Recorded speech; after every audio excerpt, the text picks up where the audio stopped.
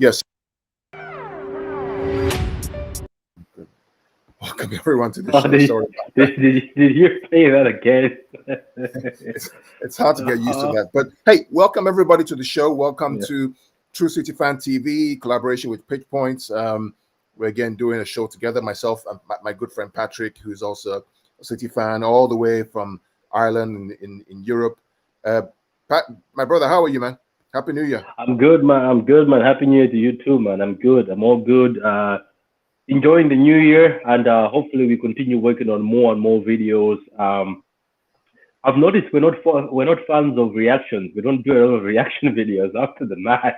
To be honest with you, it's very hard to do. I was just explaining to somebody. He was telling me the same thing. He's like, "How come you and Kyle don't do reactions after the match?" I was like, "It's very hard to do most reactions because we win." I know that sounds good, but we win, and we're not very reactionary like other fans. Where they start crying, start complaining. We are just calm. We would rather do a preview, but I don't know what you think yourself. No, I think you're very good at doing reaction videos. In fact, I think one of your videos that you did a reaction for after the Arsenal game, I think it was on New Year's Day, got your most hits, right? Got the most views. So I think you're very good at it. For me, my reaction videos are normally around the Champions League, and I try to do the games itself, and it's a little more detailed. But I thought your reaction video for the Arsenal game was spot on. I think you got a lot of hits because two reasons. Number one, you talked about the controversial game, and number two, you did some trolling too. So maybe that also added to it as well. But I think I did that video out of excitement. I didn't even set up the camera. I usually just switched on the lighting and just put my phone and recorded and uploaded it without no edit, nothing. But anyway, but I'm saying maybe we will do videos where, like, obviously minus the throwing. As I said, you don't expect throwing videos from me. That's just maybe one of them. But we will do one that obviously sometimes we analyze what happened, because there's certain games that need to be analyzed, especially the Liverpool and City game and the Chelsea and City game also that were played before. Like, there was a lot of stuff happening in there. I remember you did one reaction. We did one together where you opened my eyes and say, look at Kyle Walker in the Chelsea game and Liverpool game. He keeps making runs as if he's a false nine, but this also disrupts the defense. So we will do more videos. So anyway, what's on topic today, my friend? Yeah. So obviously, there's a small matter of the City versus Chelsea game this weekend. Tomorrow morning for us, 7:30 Eastern time in the US. For you, it's going to be, I think it's 12:30 UK time. And 12:30, very early, yeah. Yeah. I mean, there's a whole thing. Yeah, and I just want to do a preview of the game itself. I've tweeted some things over the past couple of days online about how Chelsea can get the upper hand, but also how City can get the upper hand as well. I kind of broke it down into formations and systems, and we'll talk about that a little bit more, and maybe show some clips and some graphics around what each team is going to do, and then talk about where the opportunities are, basically. That's kind of the focus for today. But before we start that, I want to talk about City's financial results for last year, because I think it's important for us to talk about that. I know that that'll be a great point to start. Also, another great point to start, I'm sorry for cutting you, is congratulations to Raheem for being Player of the Month. 5 goals, 1 assist. This is amazing. Look, at the end of the day, all of us, maybe majority of the City fans, we had something to say about Raheem, but it's because we know who he is and we know how he plays. So we were so shocked that what has happened to our baller. Why is he performing for England and he's not performing for Man City? And then those rumors about the contract keeps on coming in. Fans are fans, it rubs you in. But at the end of the day, we hope the best. Look, whether he signs or doesn't sign, I hope the best for him. I want him to be at his top game to get whatever he's happy with. If he stays, that's good. That's another brilliant player for us. I'm pretty sure you can agree with me, Carl, that apart from Salah, Raheem comes second. That's for me. I'm sorry. whether you like it or not, it's not money, it's Raheem. Let's be honest. The numbers, stats back it, and how he gets into the box. It's Raheem second for me. And then congrats to Pep again for winning another Premier League of the Premier League Manager of the Month. Another thing I would like to say is Pep could have won many of them, but some of you guys end up robbing him by making these silly ideas that, oh, so and so is playing so well. Why they've got 4 draws? I don't know if you've seen that car before. I have seen teams where a manager has done 4 draws and they've given it to him because he's done amazing, hasn't dropped points, hasn't lost any games, and yet Pep has won WWW, another one is DWDW, and they give it to them. But anyway, that's what I just wanted to say anyway. Yeah, definitely. I mean, for us, for the whole Raheem thing, for me, Raheem, if he goes, fine. All I'm saying is that we want our Raheem back. The Raheem that we know that can destroy teams, that is good on the ball. Yes, he misses chances, but we want that guy back. And I think we have him back now. Whether he leaves, doesn't sign a new contract, that's a whole different situation. We just want our Raheem back. And we have some people on the chat, but I want to invite our very good friend who's just joining the show. Waneka, welcome. First time visitor onto the show. How are you? We can't hear you. She's on mute, isn't it? You're on mute. You're on mute. Hello? Oh, there we go. Yeah, there we are. How are you doing, Waneka? How are you doing? Neka, how are you? Yeah. She's back on mute. Anyway, as she's fixing her stuff, do you want to go on then? Yeah, let's go. So we have some people who are. So we have Adam says, "Hey, Adam, how are you, brother? Good to see you, man. Love our WhatsApp chats and our jokes. I think it's fantastic." Abdallah, I hope you guys are well. Yeah, we're fine, man. Hope you are well. Is that our friend Abdallah, or is that somebody else? It might be. You mean Abdullah? It might be him. Or Abdul. Yeah. Abdul is there's Abdullah and there's Abdul. So there's 2 different ones. Yeah. Abdallah says the lack of transparency from the club for a while is shocking. Not really, man. They can't disclose COVID cases if the players don't want to disclose it. It's legal. You can't disclose. It's privacy and legal issues. You can't disclose COVID cases if the players don't want to do it. So that's the reason why. If not, the players can sue the club. Yeah, but it's the players. The players don't want to do it. If they want to do it, they would, right? That's the issue. It's a privacy issue. Mela says Man City 80% possession, but concede to Swindon or Watford. Okay, but they still won the game. What is he saying? Read that back. Well, you see, 80% possession, but still concede to Swindon or Watford. Yeah, but I always say one thing that teams don't come to play football to sell yam or potatoes or shepherd's pie. Everybody tries to score a goal. Without scoring goals, there's no game. The reality is you have to win your games. It's a moot point. Someone said it's a breakfast game. Yeah, as for us, it's a breakfast game. It's a coffee game for me because early in the morning I get up with my coffee. For those in UK and all over the whole world, it may be lunch or maybe even dinner in Australia. Yeah, early morning kickoff. It's going to be early morning kickoff. So Charlie says, "Hi, Charlie. How are you, man? Good to see you. Hope you're well. Hope you're feeling well. Hope you're well, Charlie." Right? Someone says Raheem is. Who says? Yeah, Charlie. Someone says something about Raheem. Abdullah says Raheem is staying. He wants to stay, and yep, I hope he does. All we want. I hope he does. Everybody wants him to stay, so that's good. Yep. Okay. Waneka, are you there? Yeah, I'm here. There you go. Good evening. Good evening. Just want to welcome Waneka. Did I pronounce your name correctly? Waneka. Yes. Yeah. Or is it Waneka? Waneka. It's nice. I think I'll call it a Waneka on my show. Waneka, welcome to the show. Between Patrick and I, we do this collaboration often. I think we share ideas, and we're really happy that you're able to join us. I really love your tweets. I love your energy. I love the fact that you're back in the club. I love the fact that you're bold. You're unafraid. You say it as it is. You don't take any shots. You fight back when you need to fight back. For me, I know that traditionally we've always been a club that's kind of being more cautious, more kind of balanced. But I think this new generation of fans are one to really, really understand where we are in time and understand the lovely football and the moment we're in, and believe in it. So I want to go. What do you think, man?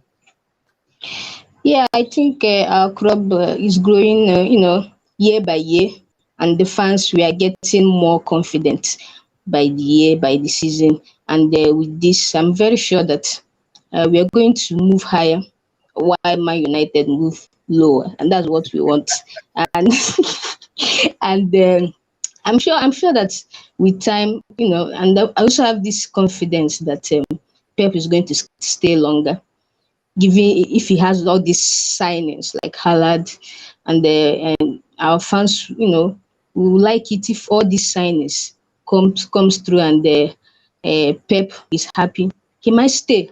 I have this feeling, and this thing will give the fan base, this confidence, to speak out for the club, in any circumstances, in any situation. All these hungry journalists like Miguel Delaney comes from nowhere to write all this No, you had to stupid. name drop him. That man, Well, I don't know. yeah. As that man he's so annoying. I'm still going to mute him. Like, no, no, no. It seems like he's getting paid, like, just a chunk of amount to just come out and write any stupid thing about Man City. And if you check it, all his tweets about Man City gets more, engagement than other things he writes. He can't write about Liverpool or Chelsea without getting like, just 25 likes. But when he writes about Man City, like millions of likes and retweets, and our fan base needs to stop, engaging his tweets, because the thing, it will bring more, Yeah. Yeah. engagement. We just need to Yeah, that's stop true. talking to the man. Is mad. So the way I've dealt with those. So Patrick knows me. I don't give two about the media, English media. I think they're hypocritical. Most of them are some are really really good, but most of them are just what I call fanzine journalists who are looking for clicks, and so I don't pay them any attention. Neither should we. But let's get to the topic of today. Yeah. I want to start off with one I can talk to Man United. So City just released their financial results, and for the year 2021-20, we had the most revenue for the all Premier League clubs, £569 million, with a profit of £2.4 million, the only club to make profits. And the reason why we were able to do that was for two reasons. One, our commercial revenue was good, which means that all the sponsors like the water, like the Etihad Airways and Nixon.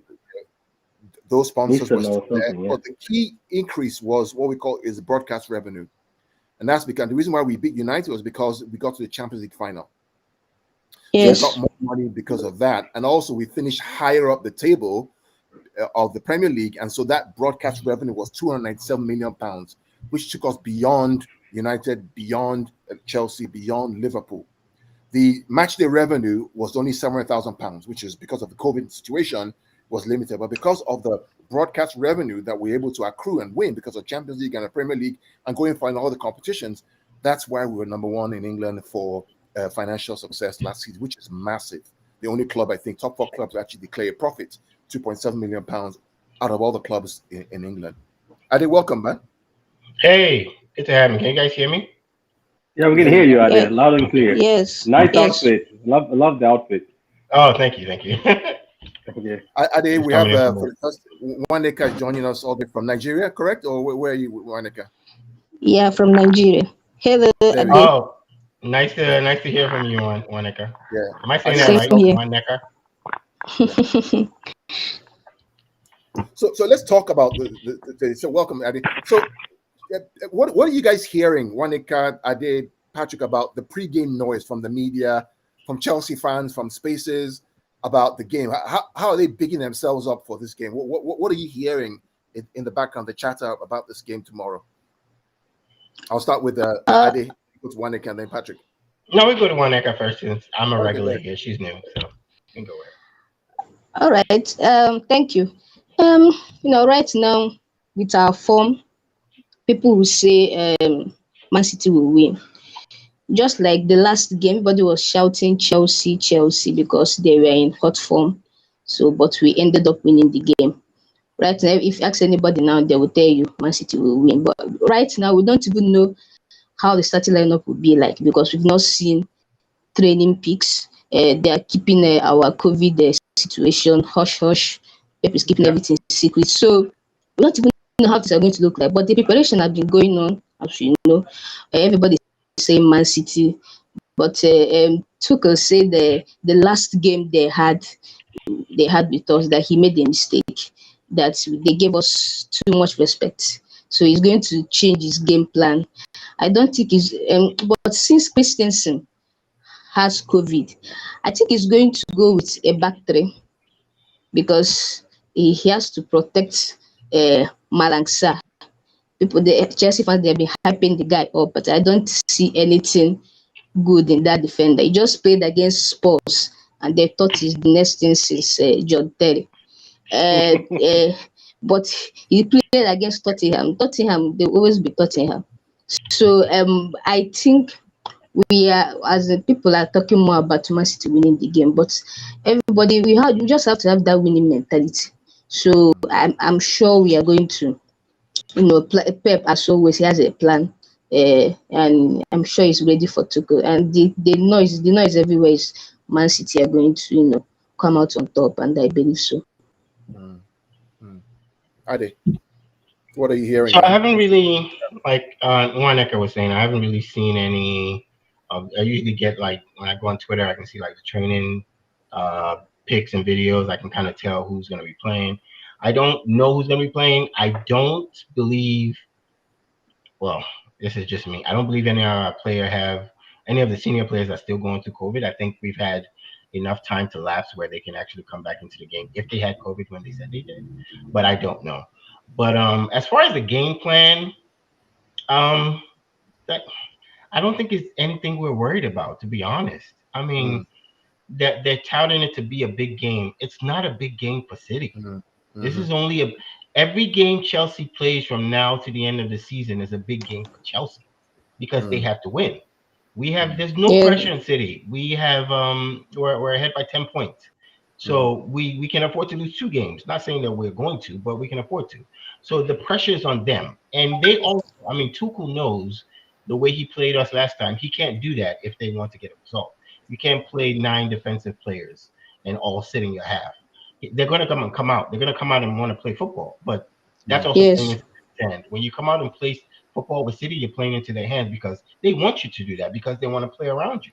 So it's going to be a difficult balance for Tuchel to change his strategy from what he had before and what he has been doing consistently all season, which is being really defensive when he plays the top teams. When he plays the lower teams, like the mid-table teams, he does go and attack and they do all that. But when they play the big teams, they pretty much play on the back foot. So it's an adjustment he has to make. We just got to go out there and play football and let the cards fall. There's no pressure on us to do anything special in this game.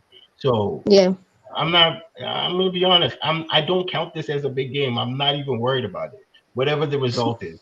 The one team that I had any kind of fear for was Liverpool, but we've seen that Liverpool without Mane and Salah and Naby Keita really have no fight.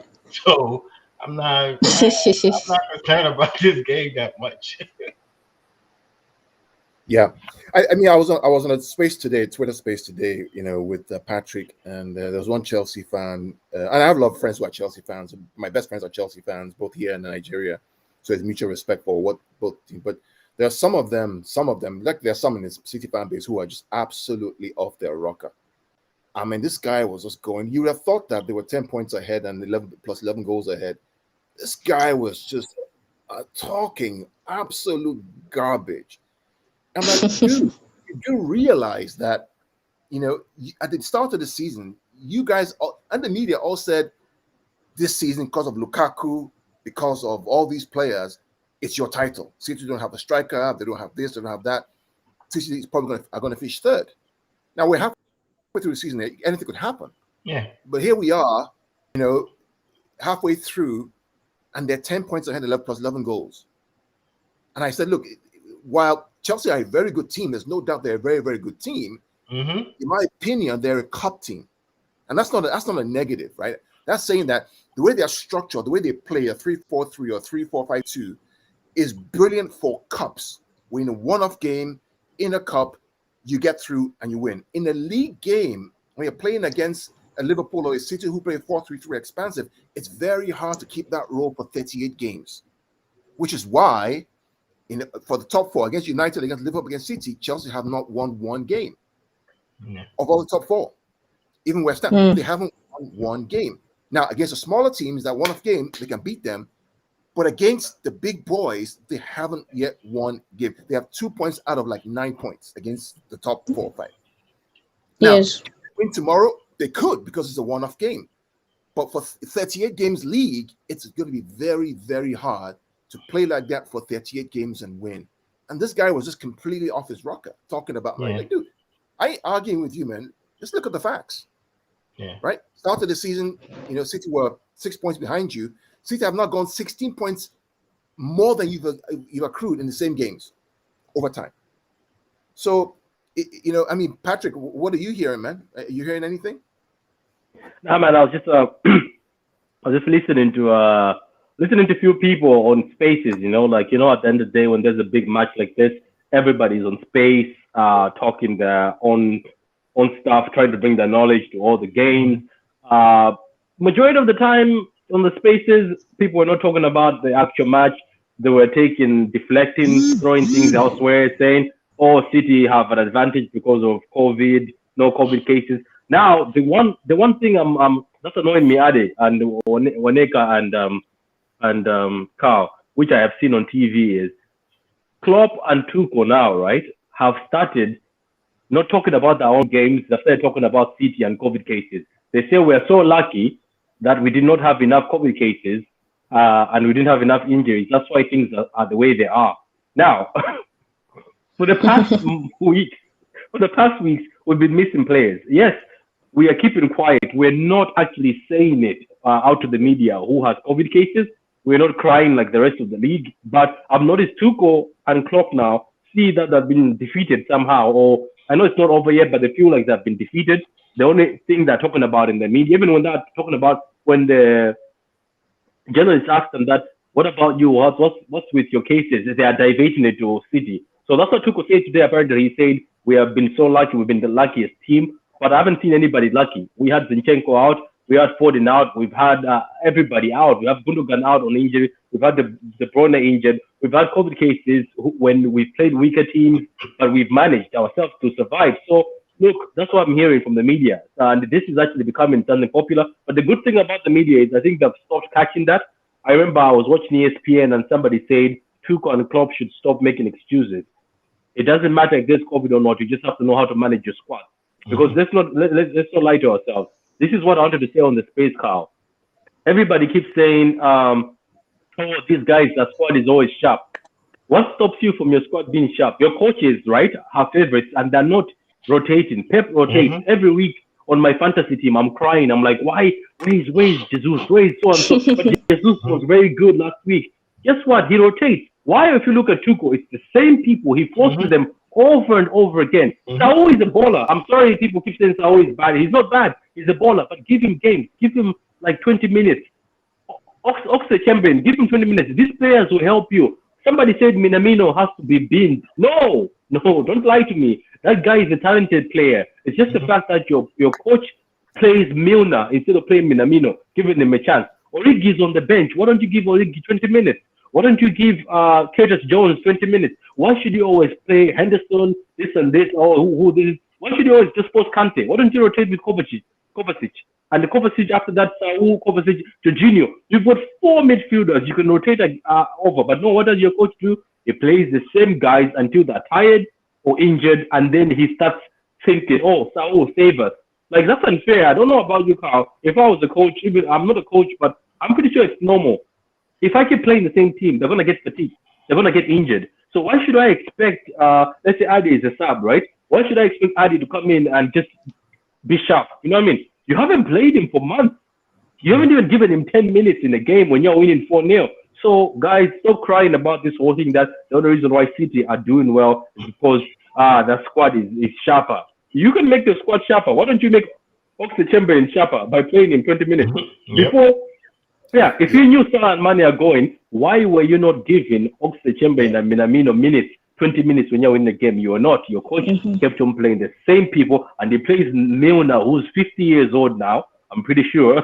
He can't run anymore, but you keep playing him.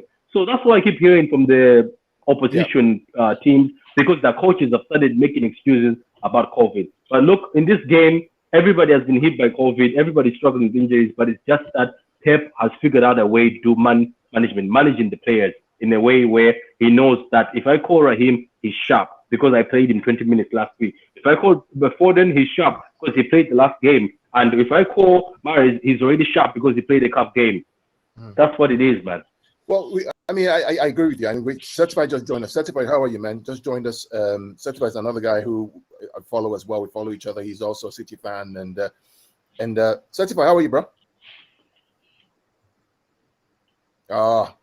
Certified, you lost him? Yeah, man, I'm good, bro. How There we go. Were you on the Spaces this morning when we talked? Were you there when some guy from Chelsea was? Oh, we hear you loud and clear. All right.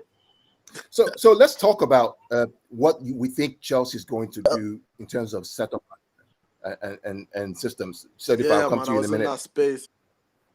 Oh man, you heard it? Yeah, having bad man, I heard it, bro. Am I the one who can hear him? Some of the stuff that was crazy. It was crazy. I couldn't believe my ears. But it is what it is. That's what we get. But let's talk about what we think Chelsea going to. So over the past 3 games, Chelsea have played Tottenham twice. They played Brighton, and I want to share what they've done, the system that they've used. Just give me a moment. Let me share my screen. Let me know when you can see my screen.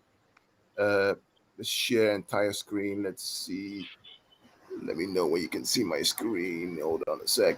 Jesus, you're not sharing the whole. You're sharing the whole thing. Hold on. There. Yeah. Okay. Let me know where you get. Yeah, we can see it. Stop. Here we go. So when they played, let's pull this up. Here we go. So when we played them, they played it. Oh, sorry. Okay. When they played Tottenham the first leg, here's what they played, right? A 4-2-2-2 system. They also played Tottenham the same system again 2 days ago, which kind of lead. And the reason they played out because they don't have the wing backs. The wing backs are basically out. So what's his name? Chilwell and what's the guy? Reece James are out because they're injured. So they had to change the system and play this 4-2-2-2. They also played against Tottenham in the second leg. Now, against Brighton, they played a 4-3-1, right? But I think the reason they play this system is because they're forced to play because they don't have those wing backs. And Aspi and Alonso are not quick enough to play in that 3-4-3 wing back system up and down. So they changed to this system. And I think they're trying this out for the game tomorrow. I think they're going to play the system for the game tomorrow. And I wrote about this on Twitter the other day and said there's some advantages of this system and some disadvantages of this system. The reason why you play a 4-2-2-2 is because in the middle of the park, right here in the middle of the park, the idea is to force the turnover, narrow the field, force the turnover in the middle of the park and transition quickly, right? The problem with this system is that if you have a team that is able to keep possession of the ball and play the ball and keep possession, it completely destroys the system because you can use the flanks, you can use the center of the park, you can overload the middle of the park easily and pin their fullbacks back. So I think what Tuchel is trying to do if he plays the system is to try and force City into a mistake and transition, win the ball high and transition by counter-pressing them. What City have to do is put the ball in the fridge. That is, don't turn over the ball, keep possession, switch play left and right, and disrupt this 4 or this 2-2-2 to become almost single overloads all over the whole field. I think this is what he's going to do tomorrow, guys, because he has Alonso. I think they have Rudiger. I think they have Sarr. I don't know if Saul Niguez is going to play or not. Probably not. Probably Kovacic is going to come in. I think they're going to have Cho and Mount, Lukaku, and probably either Havertz or what's the other guy's name? Or Werner. What do you guys think? Honestly, I don't. Go ahead. I was about to just add something. Sorry, Adi. I'll just let you speak, but I just want to say something. This formation, though, is bad because once somebody just bypasses your midfield, your defense is in trouble. Am I right? I think once somebody just bypasses your midfield, your defense is under ropes. I think that's when you saw it in the Spurs game. That's what I'm going to just say anyway. Adi, go ahead. None of this matters to how City plays football. That's the problem. I'm not even trying to be a wise guy. It doesn't matter because when City possess the ball, City's gonna have a good chunk of the possession. This only matters if you're on the front foot. If you're on the front foot, this whole fancy 4-2-2 or whatever the hell they play works when you're on the front foot. But when you're on the defensive, all this is compressed into your half.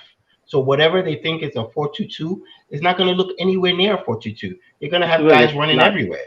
You're going to have it's going to be flat out. You're going to have Hyatt, Havertz going here, Lukaku going here. They're going to try to stay as forward as they can, but they're going to realize they need to provide help for their defenders. So they're going to fall back into their half and they're going to defend for a large period of the game. They will have transitions, but the fastest guy on their team you really have to worry about is Romeo Lukaku, and he's very strong. So when they have counterattack, which they will get, we're going to lose the ball. I mean, that's a normal part of football. We're going to lose the ball in some instances, and who can get the ball to Romeo Lukaku the fastest? It's most likely Jorginho or Mount, in my opinion. Those are people that are going to try to get him the ball. Or Kovacic. I don't see Kovacic in the list. I was just going by the guys in the list. But you're right. Okay. So those are the guys that are going to try to get the ball. What we just have to be disciplined on is my guy Walker and what's his name? Zinchenko I think Cancelo will play. They just got to be smart. And that's the only where I have a little bit of doubt with Cancelo. Him realizing I'm a defender and I need to help out. But I don't this whole lineup, it doesn't matter if they're not on the front foot. If they're on the front foot in this game, if they're gonna come out and attack us like wave after wave after wave, like Arsenal did, yes, I'll be concerned about this 4-2-2. So certified. Any others spoken yet? I'll come to you, Neka, in a minute. Certified. I don't think certified is on anymore. I think he's okay. Neka, I mean, this is what they played against Tottenham, which I think they were again. I don't think the guy. I think the guy's trying the system out because he knows that he wants to play against us on Saturday. What do you think? Based on what you saw, what do you think? Yeah, based on what Ade said, the pressure is on Chelsea, so they don't need to sit back. They would like to attack and score to win. So they won't sit back. Yes, I think they're going to use this formation. And he has been trying it out. And he's trying it out on Tottenham. Okay, he hasn't tried it out on Man City. So, and they're going to be all over the places, trying to attack. And we're going to hold that possession. As long as we have possession, we're going to play really well. And I've been praying for them to, play a back four. If that match they played against Tottenham, Rudiger, I know he scored and all that, but he struggled. If they can play this formation, they are going to have a very serious problem. And Thiago, he's 37. That he's getting old. He just came back from COVID situation, and he's still recovering. So I think we are going to have. In fact, we're going to have a field day if they can play this formation. The only thing they're going to have against us is all these counter attacks, all these Kovacic passes. Kovacic is when that guy had that injury, they missed Kovacic. That guy is very good. His passes to Lukaku, they have this chemistry. If he is one person that can reach out to Lukaku, and when he gets that ball, it's very dangerous. So I think they're going to use this formation. So but I'm still. I think we are going to survive. It's Man City. So there was a game I watched where United also plays kind of system, right? Remember the Wolves United game? I don't know if you guys watched it. So United plays kind of system, but Wolves beat them, and Wolves beat them because Wolves kept the ball. They kept possession of the ball. They kept switching the ball from left to right, attacking the left side where there was no one. And when United now moved their 4-2-2 to that side, they switched the play to the other side. But they kept possession of the ball. The idea behind this 4-2-2 is to counter press. So RB Leipzig played the system very, very well, which is why in the game in the Champions League, they beat us with this formation because, one, we went up to it, and two, they counter pressed us really, really well and scored. That's why we scored 6, they scored 3. We went there and we lost 2-1. This is what they basically play. And so I think this is what this guy's trying to do. He's trying to create this system. But the problem is you're leaving the already tried and trusted back three that they play with, and you're playing Aspi or Alonso in a back four and Rudiger in the back four. And Rudiger struggles in a back four. So it's going to be interesting to see how this kind of plays out against a possession-based Man City as a whole. I think, Wanik, your point about Kovacic is absolutely spot on. I really like the player. I think he's Yeah. very, very, very good. I think his direct passing is very, very crisp. He works hard off the ball. I think he's the one that we need to look out for. I think if we can neutralize him, I think we have a more than equal chance to get there. Yes. Yeah. Yeah. Okay. Patrick just shared with any other thoughts on this, Patrick? Any thoughts on what you think they can do? How they're gonna line up? Yeah, this is the same thing Ogaranik wanted to play, isn't it? Is this not what he's trying to do? The Don Dada of football, the godfather, the one who taught Tuchel and Klopp. So basically, Tuchel is following his father's formation, isn't it? Ragnick, 4-2-2-2-2.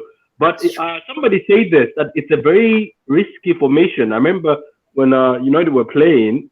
Look, I'm not trying to say United players are the same as Chelsea. I think Chelsea have got better players, but I don't know.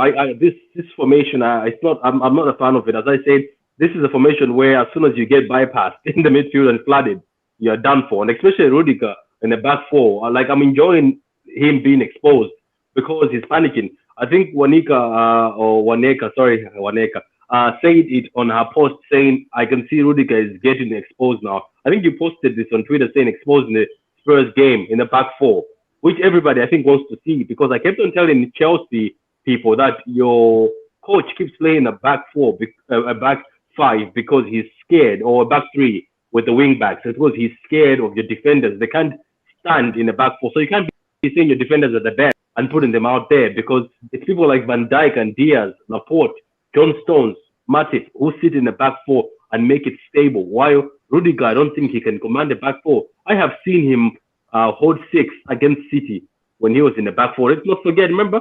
He held 6. He held 6. It was 6-0 Yes. with no response, and he was there. And That's the true, same keeper, it's the same keeper, Chelsea. Be careful, it's the same keeper too. It's the same keeper who held 6. That's So true. look, for me, I think I'm more scared of Chelsea when they're in the back 3 or a 5 when it becomes a 5. I'm not scared of them when they're in this formation, because I know now. I know you hate inverted wingers, Carl, but I think even inverted wingers can have a field day with this. So that's all I wanted to say. But yeah, the lineup, I just popped up the lineup to you there. I don't know if people are going to agree, but I think that's the best lineup I could come up with the players we have. Well, let's go to that, and let's get Certified is back. Certified, you there? Can we hear you? Yeah, can you hear me now, guys? Oh, good man, good man. Yeah, I mean, so we talked about Chelsea's potential formation. We talked about the fact that they're probably going to have to play that 4-2-2-2 because they don't have Chilwell and Reece James, who to me are probably two of their best players. Their assets to counter you on the as fullbacks. I think Aspi and Alonso are too slow and too old to play that kind of system again. So I think they're gonna play that 4-2-2-2 because they played against Tottenham twice. But let's talk about our own formation. I'll pull up. Patrick sent me what he thinks the formation is going to be, and let's talk about what that is going to be. I'll share my screen again, and then we can talk about it. Let me know where you can see my screen. Share, and then we'll go here, and there we go. Okay. Yeah, So so the back four, we don't know who has COVID. We don't know. We can make some assumptions. We know Rodri's coming back from COVID, so he's not going to have it again. We know De Bruyne's coming back from COVID. Foden's coming back from COVID, so they should be available. Sterling's coming back, so he should be available. Walker's coming back too. We don't know if Diaz, Cancelo, Edison's coming back from COVID, so he should be okay. But we don't know about Gundo or Bernardo. So, but let's talk about the back four. Does anybody think that we should change the back four from what we have right now? No. If Stones was fit, then yeah, but I don't think he's fit. So I think that's the best that we can do right now. Let's talk about Stones, Adi and Certified. Stones or Laporte? Who are you having? If Stones all day. I think Stones all day, man. Stones. Why would you have him? Laporte is better for this game. Stones is better. Laporte is better generally because of his distribution and because he's better with his left leg and he can distribute the ball to Cancelo well, or he can just playing with his left foot gives him an advantage. He's, however, very indisciplined. I've noticed lately when it comes to defense. His defensive posture isn't good. He's always fouling. Like he's lunging and he's fouling and he's bringing people down. He's done it in several games. He did it with the game against Crystal Palace. He did it again recently with a guy yellow card. It's just that lack of, Brentford too. He got West one. Ham. yeah, he does it a lot of games. Like, see, the guys are talking about it. So I don't like that, especially if you're playing against a guy like Lukaku. You're going to do a lot of that, and it doesn't take much for you to get 2 yellows, and then you're sent off. We need somebody strong physically. Yes, his distribution won't be as good.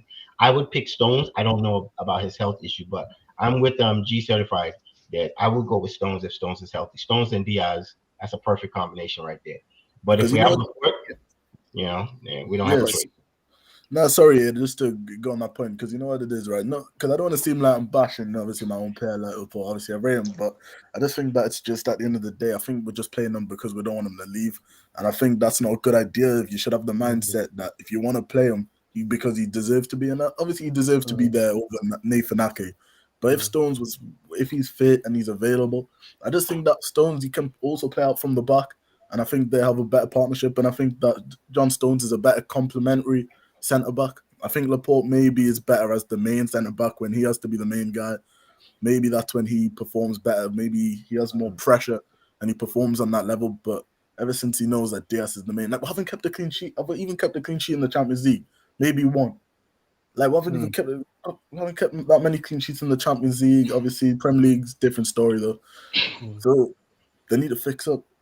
Yeah. I'm with G Certified. Sorry, just one last point. I'll let Neka go after this. Especially if you have Cancelo on the left. We know Cancelo is very weak defensively. So you having Laporte over there where he's not really paying attention to detail and having Cancelo that you know is going to venture forward because it's going to be part of the attack, that's just not a good combination, especially Lukaku is going to be in that area. So that just doesn't seem like a good idea. But if we have no choice, then, we got to go with Laporte. But I would take Nathan Ake actually over him. But Nweka, you can. Neka, you can. Neka, question for you. Is Kyle Walker the most underrated fullback in the Premier League? Yeah. Yes, he's so underrated. Like, since he came to Man City, he has been doing well. He might not be extravagant like Trent and Cancelo, but he's a defender. He's doing what a defender does. Correct. So at the end of the day, he's doing so well. He's so underrated. Walker is the best defensive fullback in the EPL. Period. Yeah. Mike, welcome. We have Michael on the show too. Michael, welcome, man. Okay. So I'm not sure about you, but I don't know about you guys, but would you say Kyle Walker's maybe the best in the world defensively as a fullback? I didn't want to go there for a G, but you know what I mean. Like if you say it, I'm not gonna stop you, but I ain't gonna say it though. If you think about it, he's pocketed. He is, man. Let's be honest. He is. Who is better defensively than Walker? Let me just put this out there. He pocketed Mbappe. Everybody had Mbappe's gonna do blah blah blah. He put him in his pocket. Mbappe went to the left side of the field to get his goal. He pocketed Haaland. Who else? Anybody. He puts Neymar. Mane, Salah. I'm not gonna say it. I'm glad G Certified said that. I didn't say it. I'm looking for my guy. Don't shoot the messenger, man. Don't shoot the messenger. What happened to the lineup, Carl? I'm looking for it. Yeah. I'm looking for it again. I'm looking for it. Hold on a second. I'm here. Yeah, but let me share. Okay. There we go. We also have Adam. Adam, welcome, man. Hey, Adam. Let me get this thingy opened up again, and we'll talk through it. It's a full squad today. Who's G Certified? Full squad certified? today. G Certified is a wonderful guy, City fan in the UK. He's so smooth. He's so cool. When G Certified is on Spaces, Oh no, like, I've been listening. I've been listening to him on Twitter. That's why I had to join because them Laporte and Stones analysts. I agree with them stuff. Okay. So you see, the thing is, I think Laporte is a better defender, solid, like an overall defender. I think Laporte is better. I think the way Manchester City play suits Stones, and against a team like Chelsea, I would put Stones in, even though I'm a bigger Laporte guy, because he will help with the fluidity of the game and playing out from the back with the high pressing that Chelsea would do. Stones would be perfect. But on the other hand, Laporte is a guy is susceptible to mistakes, you know what I mean? And you don't need to make him mistakes in certain key games. And it's a fact. If you check Laporte's stats, I agree. He's very susceptible to mistakes. And now I'm going to say this. Whoever said Kyle Walker is the best fullback in the league, let me tell you this. Kyle Walker is very similar. He's very susceptible to mistake. But the thing is, he has a speed who always gets him out of trouble. That's all you need. Check his games. That's all you need. That's all you need. That's all you need. It's the same thing, similar, but he's better with his. Those guys can't recover. You just said it, Jermichael. Those guys can't recover. Kyle Walker can recover from his mistakes. Oh yeah, you know what, Mike? You know what surprised me was in the games against PSG, Walker against Mbappe. Mbappe gave up after a while. Yeah, he gave up. Mbappe moved to the left. He gave up to the left back. Chelsea perspective. I see your comment. We'll see tomorrow. So, anyway, but the thing is, what I wanted to talk about, because I think I asked Carlo in our WhatsApp group earlier if you think Cancelo should start at left back or Zinchenko. I'm doing Cancelo. I think Cancelo. I think Cancelo been playing good at left back, but with this formation that Chelsea's about to play, with the technical brilliance of Zinchenko, I think he would do a really good job if he was slot in. Just a technical brilliance and just a tactical approach with Zinchenko would make it a masterclass. No, but Mikey, I disagree with that, because for me, if we play Zinchenko there, he will be the target that Chelsea will end up going for. Absolutely. They'll end up telling Lukaku, listen, Lukaku, go with the weakest link. Absolutely. Yeah, but what I'm saying is Diaz is going to deal with Lukaku unless Lukaku go move to the right wing. But what I'm saying is, just like what Carlos said earlier, we have to keep it in the fridge. Like, we don't make silly mistakes. You know what I mean? Zinchenko, to me, would be perfect if they play this formation. Now, if they switch the formation up, Cancelo all day.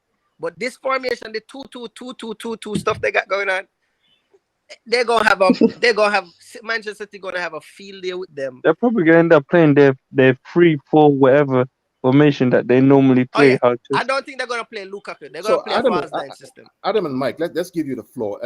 What happened? Where's Rodri? I don't recognize this person that we have right now. Who is this person? Is it Rodri's brother that's playing right now? I don't know, but this man. Hey, I don't know what he's eating, but this man is like. Just Rodrick channeling his inner Busquets. I mean, my man channeling his inner Busquets right now. Adam, go ahead. Yeah.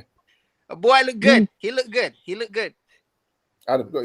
Hold on, Mike. Yeah, Adam, like go what ahead. I was saying, like watching Rodri is like, it reminds you of like the Busquets and Iniesta, like just the intricate passes that he does. Like literally, when you sit back and you think to yourself, that reminds you of the good old days of Busquets. You know, Michael, I like it's interesting because I remember like last year we were complaining that Fernandinho, Rodri's not right. Rodri's too slow. I was one of them. We don't. But something happened to it. This is what we talk about, right? When you talk about Jack Grealish, for example, that give these people time under the Guardiola system. It takes time to adapt. The only person I know who's adapted on day one is Diaz.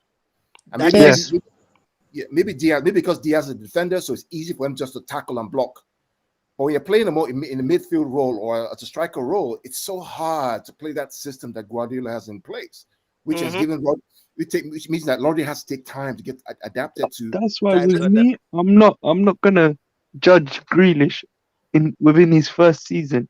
Give him up to after next season, then yes, you can question him. But the man just literally, I get that he came for a big fee. I understand that, but you gotta understand. Wasn't it Riyad Mahrez? How much did Riyad Mahrez come for? 65 or 75 million. Even though Riyad Mahrez came from Leicester and also from a Premier League team. Yeah. You've got to understand that these two teams have two different systems. And as a player, a front forward in a Pep system, you are demanded a lot. Yeah. And as a player, it takes you a while to adapt to it. So and I don't blame Grealish. It'll take him time. Maybe after next season, he'll become like what Riyad Mahrez has become. It took Riyad Mahrez after the second season to become better. Yeah, but this is my opinion with them. All right, I know players coming to Manchester City, especially playing for Guardiola, takes time to adapt. Now it's okay because when Mahrez came, Mahrez was still playing in his favorite position on the right wing, inverted, chopping in, chopping out. Okay, but Grealish is not a left winger, and let me tell you this: I'm a Grealish fan. Grealish need a deeper role.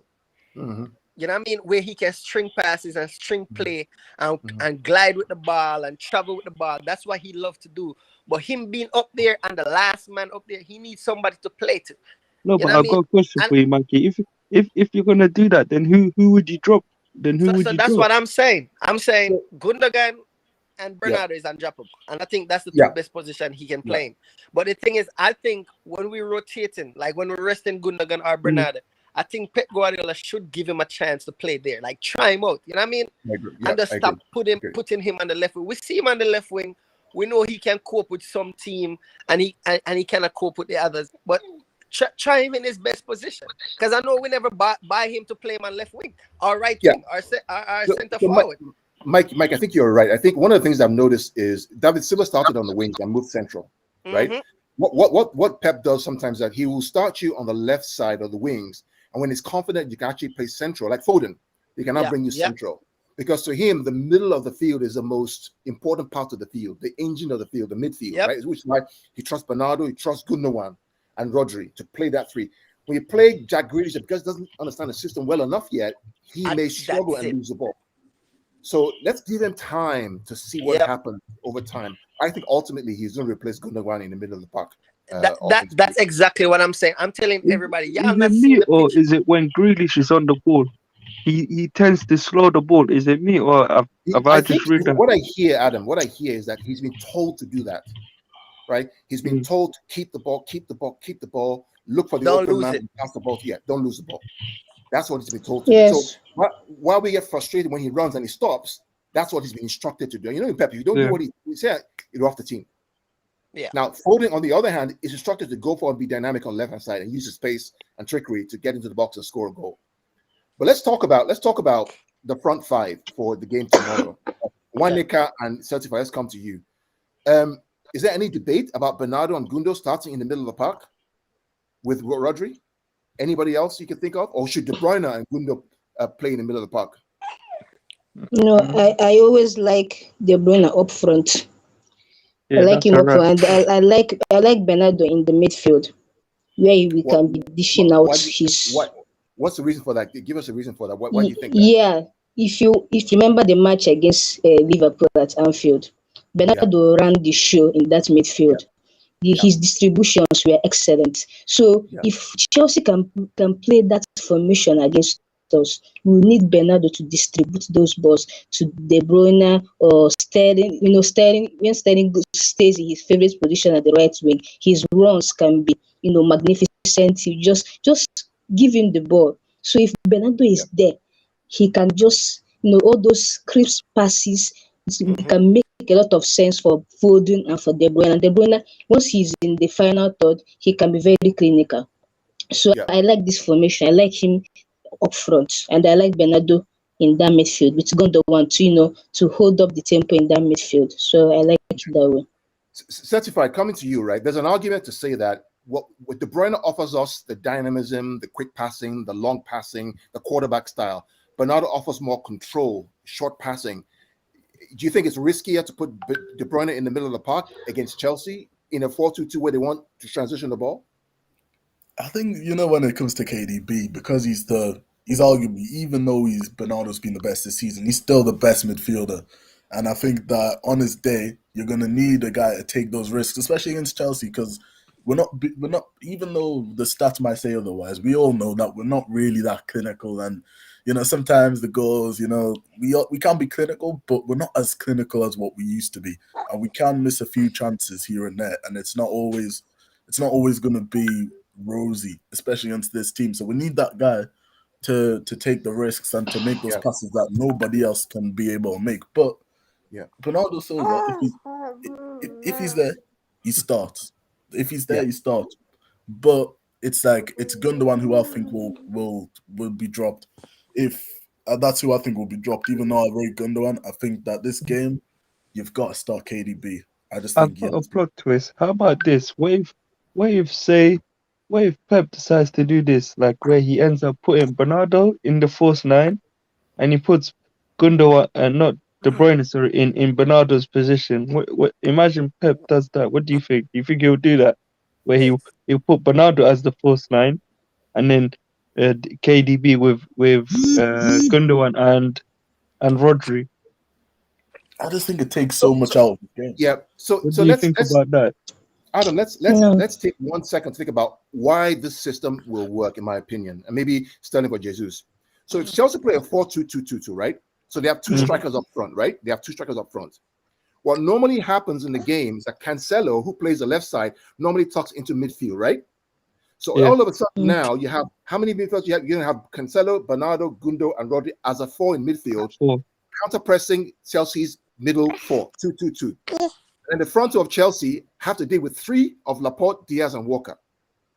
So if they play that 4-2-2-2 system, we now have 4v4 in the midfield, but we have 1 extra defender playing against their 2 strikers. So literally overload the middle of the park, which is why I think that Cancelo's role is going to be so critical tomorrow in the game. And we need Bernardo to control that midfield with Gundogan. And the weakest link in that Chelsea midfield is out of those ones, out of the 3 is Jorginho for me. The weakest link out of that is Kovacic. He's good, and Antonio Conte, Kante, he's good as well. But the weakest link in that Chelsea side, is that Jorginho and Alonso. Because for me, if Raheem Sterling comes up against Alonso any of the day, Raheem Sterling's gonna. If Raheem Sterling gets the chance to go past Alonso could easily just end up fouling him, and then Sterling gets a free kick or a penalty. The way Alonso is sometimes. So Michael and I did. So we talked about, we think Bernardo will start, Rodri will start, Gundo will start, De Bruyne will start. Now we're left with Foden, Grealish, Sterling, or Jesus. All right. So the fact that Adam just mentioned the Gundogan and Bernardo in false nine and get KDB. Now I'm thinking about it. Normally when Pep playing these big games, he always uses these players. I never thought about it until now. All these players are going to rotate. Okay.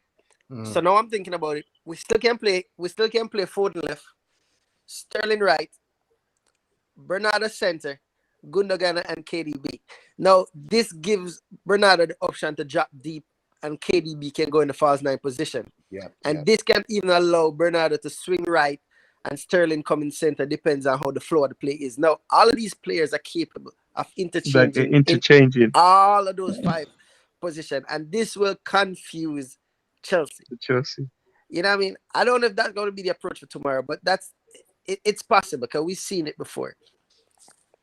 So Jesus doesn't start for us, guys. Nobody's starting Jesus. Yeah, see, but Jesus is good, but all the other players I call right now, I think is in better form.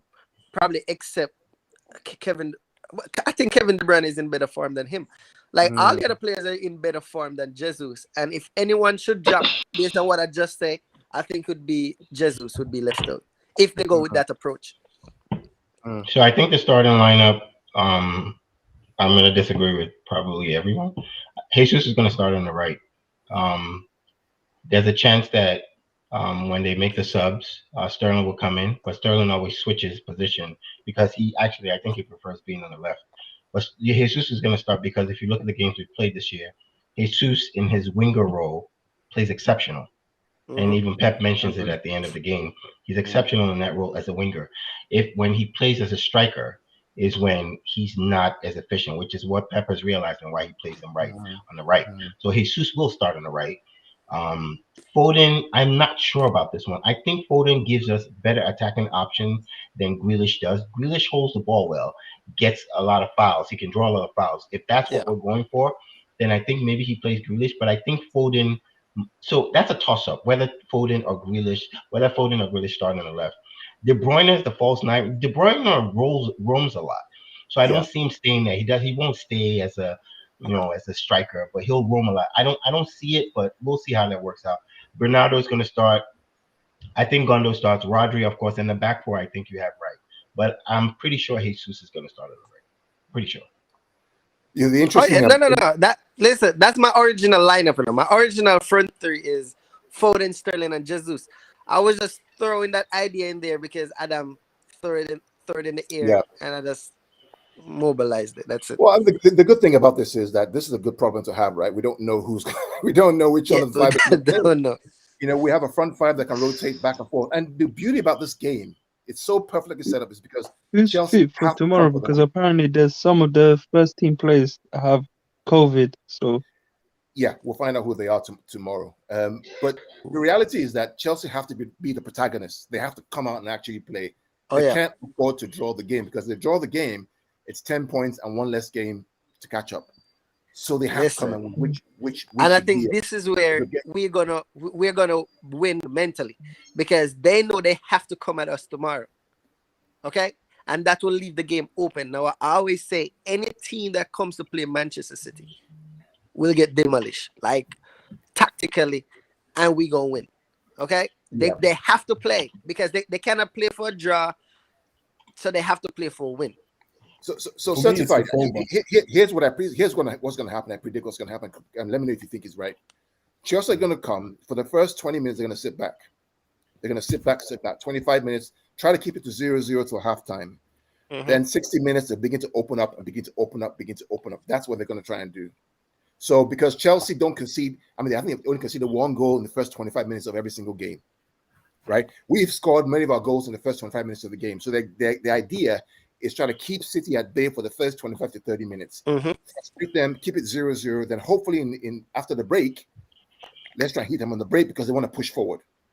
That's what I think is going to be their strategy tomorrow morning. What do you think? What we also got to be careful of is that we don't give away stupid free kicks. Because to be honest with you, Chelsea are good when it comes to set pieces, especially Rudiger. If he has a good delivery, he was scored, especially against when I was watching the Tottenham game. The delivery that he was given, it was a good one. And if he's given the perfect delivery in that against us tomorrow, and we give away a stupid free kick, then it will be a goal. Okay. For me, it's the fullbacks, man. It's the fact that Chelsea won't have Chilwell and Reece James, where I'm a bit more confident, because there's no guarantee, obviously. But Marcus Alonso, I know obviously last season he scored all that stuff, but listen, when you're relying on a system and you're missing arguably your two key players, it's like if Liverpool didn't play. Obviously, Robertson and Trent Alexander-Arnold are way back. But it's like if they don't play those two, they're obviously gonna feel it. And I think Chelsea are going to feel it again. I don't think we're going to thrash them, but I think we are going to win. Maybe even if it's 1-0, 2-0. I just think that, because they are going to sit back. They're going to try and hit us on the counter. But I think we'll just end up, either they'll try and counter, then we'll win the ball and score from them trying to counter us. Or we'll just... But good news is that we don't have to we don't have Mendy in goal. We have that useless Kepa in goal. Mendy, I call him a lamppost. Like legit, he would just stand in one place. All he has to do is stick his arm out, and then he's saved it. Yeah, just want to say we have some guys on the chat. We have the whole city from the Mancunian Way. Welcome to the show, Mancunian Way. He's a massive fan of City, of course, and he's a local, and he supports us. He says that. Laporte and Diaz, unfortunately, are the number one pairing. Unfortunately, no idea what's going on with Stones. Must be vaccine related. Who knows about that, man? Who knows about that? Chelsea perspective says, I honestly don't think Lukaku will start. I agree with you, Chelsea perspective. I agree with you. And I agree with you because I think that if you play Lukaku, it gives Diaz and Laporte a central target to mark. I think if you play a 3-4-3 and play three strikers, Havertz, Werner, and somebody else, it gives City something to think about. Yeah, but to be honest with you, you know what I say? They're better off starting Lukaku. It's like they have someone there as a threat. But when I look at Chelsea without a Lukaku, they struggle to score goals, honestly. Even though Lukaku himself doesn't score the goals lately. And I feel like his presence will be there. If something comes like a scenario, his presence will be needed. And like when you look back at some of the games where Lukaku hasn't been there, you see Kai Havertz missing some beautiful chances. Like you think to yourself, oh, maybe Lukaku would have probably scored those easy tap-ins that Kai Havertz or what's his name? That useless Timo Werner missed. Listen, Lukaku has as much goals as Jack Grealish. So what's up? Well, And he is and striking. Michael, here's the thing, right? I mean, Chelsea fans will probably admit, and I have many friends with Chelsea fans, that Lukaku was really not their choice. They really didn't want Lukaku. Let's be fair, No. right? They wanted either Kane or Haaland, right? Mhm. That's what they wanted. Lukaku was not the choice, and I think now there's a divide, especially after the interview he gave to Sky Sports Italia about the fact that he wants to go back to Inter Milan, all that kind of stuff. I think to Chelsea perspective's point, Tuchel prefers fluidity. There's a reason But to be why. honest with you, you know what Chelsea fans need to understand is, listen, there was no way in hell, that Daniel Levy was gonna sell Harry Kane to Chelsea. Like last time when I told you, before Luka Modric went to Real Madrid, the year before, Chelsea wanted him. Roman Abramovich wanted him, and offered Tottenham 50 million, and Daniel Levy said no. He turned it down. He waited a year later to sell him for less to Real Madrid. What makes you think he's gonna sell his prized asset in Harry Kane to his direct local rival? He's not gonna do that. If he didn't do it for Luka Modric, what makes you think he's gonna do it for Kane? Yeah. Anyways, it's been an hour so far. Let's go around the table and wrap up. I want to ask you guys two questions. Each person will talk about. I'll call you up. Ask you the question: where will this game be won and lost, and what will the score line be? Let's start with Neka, and then we'll go to Patrick, Certified, Mike, and then Ade, and then Adam. Adam last before me. Neka, where will this game be won and lost, and what will the score line be? The midfield. I'm most particular about the midfield. If we can control that midfield, I think we're going to control everything. We control the midfield and the likes of Raheem Sterling and Foden gets at the end of it. You're going to win the match. You understand? So if you can control the midfield, control Kovacic, in particular about that guy, he's too good. If you can control him, you've controlled the midfield. I think he has been their best midfielder. And Kante has been in and out of the squad due to injuries, COVID. But the best midfielder so far this season has been Kovacic. So if you can control Kovacic, you've controlled their midfield and control the whole game. So I think we are going to win. I think they might score. I know their attackers can be very useless. They've been useless of late, but at least maybe they might get one goal. But we're going to win by 2-1. So Neka says 2-1. Okay. Next. I think I called Certified next. Yeah, man. For me, bro, I just think that the game's gonna be won at the full box. I think it's going to be one on those wings area. I just think that it's going to it depends on the width for me, this game, like how well you use the wide areas, I think. And if Phil Foden has a good game on the left or Raheem Sterling has a good game on the right, I think that will be what wins it. And I think that if they end up getting a counter on the wings and end up, I don't know, let's say we get caught out and players are all over the place, and then Marcus Alonso's running down, I think that's where it'll be won. I remember, was it last season when we lost 2-0 or 2-1, and it was Hudson-Odoi, it ran on the right wing and then crossed it to Alonso. So I think it'll be similar. Yeah. Mike, so score Certified. What do you think is going to be the score before you go to Mike? I'm going to say 2-0 City. Wow, 2-0. Okay, so clean 2-0, sheet. man. Come on, the Blues, man. Yeah. Mike.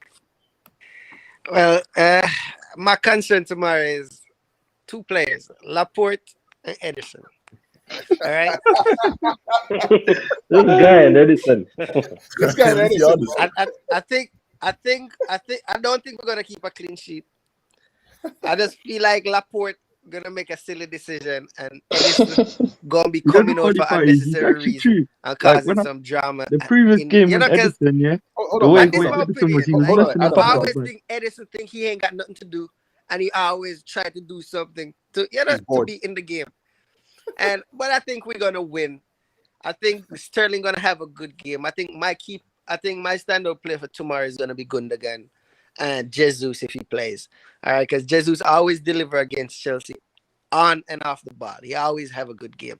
And so I have no doubt, but My concern is just Edison and Laporte. That's it. But otherwise, I think we'll win. We'll probably score 2-3 goals, and I don't think we're gonna keep a clean sheet. So 3-1. Yeah, probably 3-1.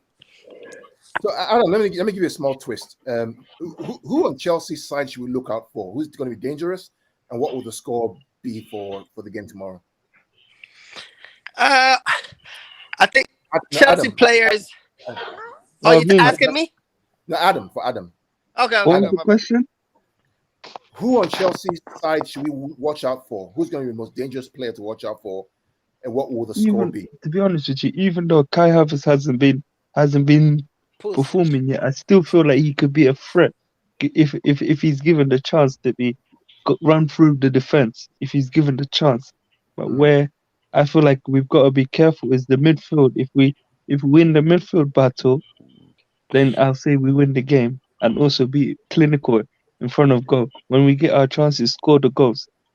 But my score prediction is probably, for some reason, I feel like it's going to be like, we will end up conceding the way sometimes Edison is, like what Mikey said, the way he is at the back. Sometimes even in the previous game, the way he's messing about, like, I'm thinking to myself, just kick the ball out or do something. And he's just there messing about at the back. I feel like it's going to be like a 2-1. Yeah, I coming to you. Let me give you a little twist as well. Who gets the first yellow card from both teams, and what's the score? What's the score going to be? First yellow card. Alonso. I feel the first yellow card is probably going to come. Is going to be on a City player. It's going to be on a City player because. Okay. And my reasoning for that is most of their chances are going to come from counterattacks. In counterattacks, you have to make a quick decision, and Cancelo is usually guilty of that because when you're trying to recover from a counterattack, you foul quickly. They're going to be more on the defensive foot. It's just my opinion, but if you're more set in your defensive stance already, it's harder to make the mistakes early. I think for us, we're going to have to watch out for the counters. And when they do those counters, you got to be quick. You got to make a tactical decision like, okay, I got to take this foul. And I think Cancelo gets that a lot. Well, the player I think was going to be significant in this game, I think Bernardo is going to have a brilliant game. And I think Cancelo is going to have a brilliant game as well. I think De Bruyne will have his regular game. The goals might not necessarily come from Bernardo Silva or Cancelo, but I think they're going to influence a huge part of this game because it's going to be, like everyone is saying, about controlling the game. And when it comes to control, I don't think there's anybody better than Bernardo Silva.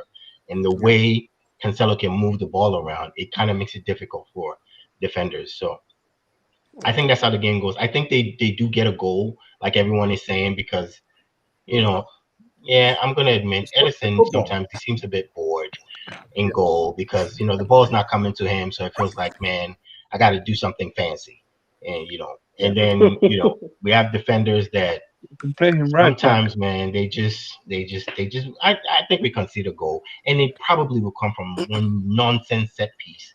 They are, I think Adam said it. They're brilliant at set pieces. A lot of their goals have come from defenders this year. So if they get a corner, and we do that stupid zoning thing that we do, and not picking up players, one of those tall guys they have will head the ball in, and just like that. I hope they don't get it early because if they get it early and they shut down, the game's going to be boring, but they might pull it out. But I see it a close game. I see 2-1. Absolutely. And let's go to Patrick. So, Patrick, God forbid that we lose tomorrow. God forbid that we lose tomorrow. Does that change anything? I mean, how would you feel? Yes, you feel bad for the day. How would you feel? Assume that we lose tomorrow. To be honest with you, people are trying to. I've noticed the media. Another thing I noticed in the media is, and a lot of rival fans, they're trying to put pressure on this, pressure on City, saying if they lose, the title is back on. Look, at the end of the day, we lose this game with 6 points or 7. I don't know if it's 6 points, isn't it? 6 points? 7 points. So, and then we're not going to drop those more points. Let me be honest with you. If you guys manage to beat us tomorrow, we're not going to drop. That's how confident I am in my team. Pep is not going to allow that team to lose 2 games. You know what I mean? No, there's not going to happen. If we lose Chelsea, whoever is next is going to get it battered. He's going to get it beaten. That's what the City do. So pressure is on Chelsea. Chelsea have to perform. And if they come there to pack the bus or they come there to do a draw, it's going to be bad for them because City, I hope City play like this. When somebody's the one under pressure, all you do is relax and wait. Just watch them. Let them be the ones under pressure. You continue playing your game. As Adi said, when we're playing our game, nobody can stop us. So I hope we don't start panicking or trying to prove anything. I think we should just Chelsea pass have the ball. more to lose than us, basically. Yeah, exactly, Adam. So we just pass the ball, wait for opportunities, and let Chelsea panic and try their best to be doing draws or parking the bus or trying to get mistakes. At the end of the day, look, if we get a draw, I'm still smiling. I'd rather it take us 25 minutes, yeah, and us score a goal, than it take 15 minutes, and then it takes us to mess about, and then we concede 2 goals. Yeah. I'd rather it take us 25 minutes and get a goal than us the first 15 minutes we just mess about and then exactly Adam. There's no point of us like rushing for it, like trying to say let's kill this. If we do that, look, fair play. If City come in, sometimes City come in looking for blood. We all know. Sometimes they come looking for blood. They come in to kill you. But if they take their time, the longer the game goes, I think the one who's under pressure is Chelsea. I'm still confident with the gap. I think if the gap was less, I wouldn't be confident. But look, at the end of the day, it's them chasing us, and I doubt if City are if they drop points in this, they're gonna drop more points. If we get a draw, I wouldn't be worried. If we lose, I'll say, I fair play to Chelsea, but we just wake up for the next. I just make sure we don't drop points in the next game. That's what for me. Yeah. And in rounding up, I want to thank Certified for joining us today. Mike, thanks for joining the show today. And Wanika, again, the lady of the house, thank you for joining us. Adam, you've been there before, bro. Welcome back. Ade, again, Ade has a great. In fact, Ade should be our executive producer going for joining us. But it's been live. For those on the chat, thanks for coming on. Support the channel, True City Fan TV. And Pitch Points, we just collaborate and just do it because we love the game. We love football. I would hope that we can continue this on. For me, for the game tomorrow, I think that if we win the game tomorrow, 13 points clear, the league is done. Done. Kill up Chelsea. Gonna be a farmers league after that. Just wait for Liverpool. If it's a draw, if it's a draw, if it's 10 points, we kill off that. We've killed off Chelsea, then it's Liverpool next. And that's my I've got a question for everyone. Then we win the next one. I got a quick question for everyone. If you had to pick a choice between Haaland or Vlahovic and Felix, who would you choose, and why? That's another show. Or the next show. That's another. But let's ask each one. Real quick. It's a roundup. Haaland, Vlahovic, or João Felix? Ade, who would you pick? Haaland. Is anybody? I don't think that's a difficult question. It's not difficult. It's Haaland. It's Haaland all the way.